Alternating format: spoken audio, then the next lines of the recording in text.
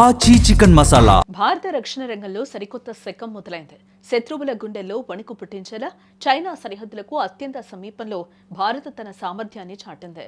అస్సాం గడ్డపై నిర్మించిన తొలి ఎమర్జెన్సీ ల్యాండింగ్ ఫెసిలిటీని ప్రధాని మోదీ స్వయంగా ప్రారంభించారు. ఇది కేవలం ఒక రన్వే కాదు, అత్యవసర పరిస్థితిలో భారత వాయుసేన శత్రువుపై విరుచుకుపడేందుకు సిద్ధం చేసిన అత్యాధునిక యుద్ధ వేదిక. ప్రధాని స్వయంగా భారీ కార్గో విమానం C-130Jలో ల్యాండ్ అవ్వడం ద్వారా భారత్ ఏ స్థాయి సవాళ్లనైనా ఎదుర్కోవడానికి సిద్ధంగా ఉందనే సంకేతాన్ని ప్రపంచానికి పంపించారు.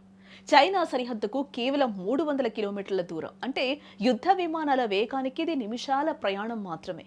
సాధారణంగా యుద్ధ విమానాలు దిగాలంటే పక్కాగా నిర్మించిన ఎయిర్ బేస్లు కావాలి. కానీ ఈ ELF ప్రత్యేకత ఏంటంటే నేషనల్ హైవేని రన్వేగా మారిపోతుంది. యుద్ధ సమయంలో శత్రువులు మన ప్రధాన విమానాశ్రయాలను టార్గెట్ చేసిన మన పైలట్లు ఈ హైవేలపై సురక్షితంగా దిగి తిరిగి నింగిలోకి ఎగిరి ప్రత్యర్థిని మట్టి కరిపించగలరు.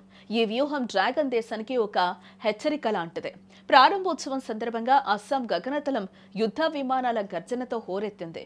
భూమిని తాకుతూ మెరుపు వేగంతో నింగిలోకి ఎగిరిన భారత యుద్ధ విమానాలు మన వాయుసేన పరాక్రమాన్ని చాటి చెప్పాయి. అత్యవసర సమయాల్లో నిమిషాల వ్యవధిలోనే యుద్ధ ట్యాంకులను, భారీ ఆయుధ సామగ్రిని సరిహద్దులకు తరలించడం ఈ ఫెసిలిటీ వల్ల సాధ్యమవుతుంది. ప్రధాని కళ్ల ముందే పైలట్లు తమ విన్యాసాల ద్వారా దేశ సరిహద్దులు ఎంత పటిష్టంగా ఉన్నాయో నిరూపించారు. ఇది మన సైన్యం మీద ప్రజల్లో ఉన్న నమ్మకాన్ని రెట్టింపు చేస్తుంది.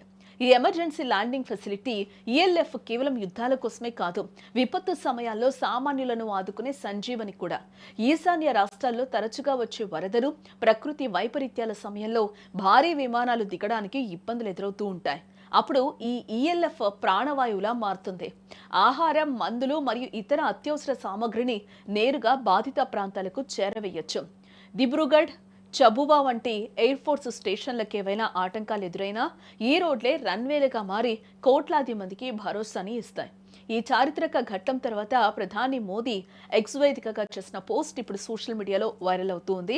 క్లిష్ట పరిస్థితుల్లో శీఘ్ర స్పందన కోసం ఈ ELF కీలకమని ఆయన పేర్కొన్నారు. ఒకప్పుడు సరిహద్దుల్లో మౌలిక సదుపాయాల కల్పన కలే అనిపించేది. బట్ నేడు అవే సరిహద్దుల్లో యుద్ధ విమానాలు దిగే స్థాయికి మన రోడ్లు చేరాయి. సరిహద్దుల భద్రతా విషయంలో కేంద్రం ఏ స్థాయిలో సీరియస్గా ఉందో చెప్పడానికి ఈ ELF ఒక ప్రత్యక్ష సాక్ష్యం. అభివృద్ధి అంటే కేవలం రోడ్లు వేయడమే కాదు, ఆ రోడ్లపై దేశాన్ని కాపాడే యుద్ధ విమానాలను దింపడమని మోదీ నిరూపించారు. ఇప్పటి వరకు మనం పశ్చిమ భారతంలో రాజస్థాన్ వంటి చోట్ల ఇలాంటి ELFలను చూసాం. కానీ ఈశాన్యంలో ఇది మొట్టమొదటిది. చైనాతో సరిహద్దు వివాదాలు కొనసాగుతున్న తరుణంలో అస్సాం వంటి వ్యూహాత్మక ప్రాంతంలో ఈ ప్రాజెక్టు పూర్తి కావటం రక్షణ పరంగా భారత్కు లభించిన భారీ అడ్వాంటేజ్. ఇకపై శత్రువు కన్నెత్తి చూసిన గగనతలం నుంచి గర్జించే శక్తి మన సొంతం. ఇది 140 కోట్ల భారతీయుల ఆత్మవిశ్వాసం. ఇది శక్తివంతమైన నవభారత రక్షణ కవచం.